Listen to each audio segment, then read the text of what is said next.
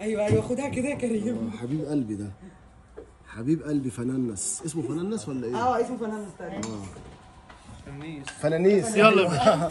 عملنا ايه النهارده؟ عملنا مع بعض ملوخيه مصري واخده الشعار المصري بالطشه والثوم والكزبره.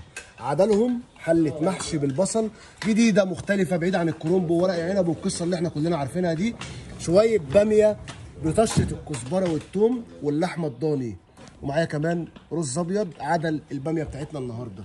شويه سلطه بلدي وعصير طبعا. كل سنه وحضراتكم طيبين. سفره النهارده في رمضان ليها طعم تاني. نتابع الكلام ده فين يا حديدي؟ مطبخ الهنا على الفيسبوك او على اليوتيوب. السلام عليكم. فتة حمص باللحمه المفرومه زي ما انتم شايفين كده، وصوص الزبادي طريقتها سهله جدا، وفي تريكات بقى لازم تشوفوا الفيديو بصراحه. وعملنا النهارده سلطه البتنجان بالعدس، قيمه غذائيه عاليه جدا، بروتين نباتي طبعا. وعملنا المكشوفه والمكسوفه زي ما انتم شايفين كده. حلويات رمضان في مطبخ الهنا ليها طعم تاني.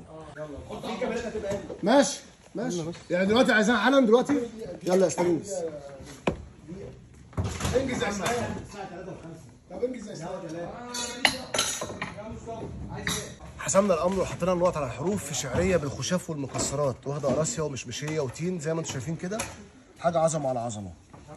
وعدلها فرخه مشويه في الفرن بتتبيله الفنادق والمطاعم بطريقه سهله وبسيطه، وكله عندك في درج الثلاجه. كمان الكنافه، وده عدل الاكل بتاع النهارده، كنافه اساور بالكريز والشوكولاته والكريمه والفستق، حاجه كده جميله جدا مع فنانيس الجميل ده على قناه الشمس على الفيسبوك او على اليوتيوب.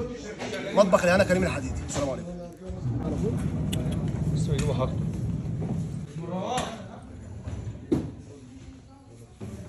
صورك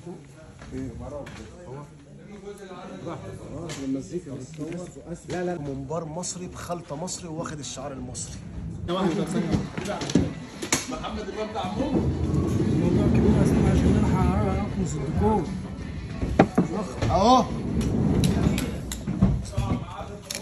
عامله ايه يا دكتور؟ اخبارك ايه؟ طبخ النهارده يا كيمو. النهارده تورته الجمبري فريكه لحمه. تعالوا وريني كده التفاصيل. بصوا الموضوع عامل ازاي. فريكه لحمه بالرز واللحمه الضاني يا مزاجه. عايز اقول لكم يا جماعه طعمها فعلا روعه الروعه. وعاملين كمان جراتان البطاطس بالسبانخ ومحشيه من جوه جبنه موتزاريلا وفراخ يا جماله. عايزين نعرف بقى الحلقات ديت ازاي والوصفات ديت ازاي؟ تابعونا على مطبخ الهنا على الفيسبوك وعلى اليوتيوب قناه الشمس. اشوفكم في حلقه جديده. السلام عليكم. شوربه كوسه اكل صحي بدون اي تكلفه خالص.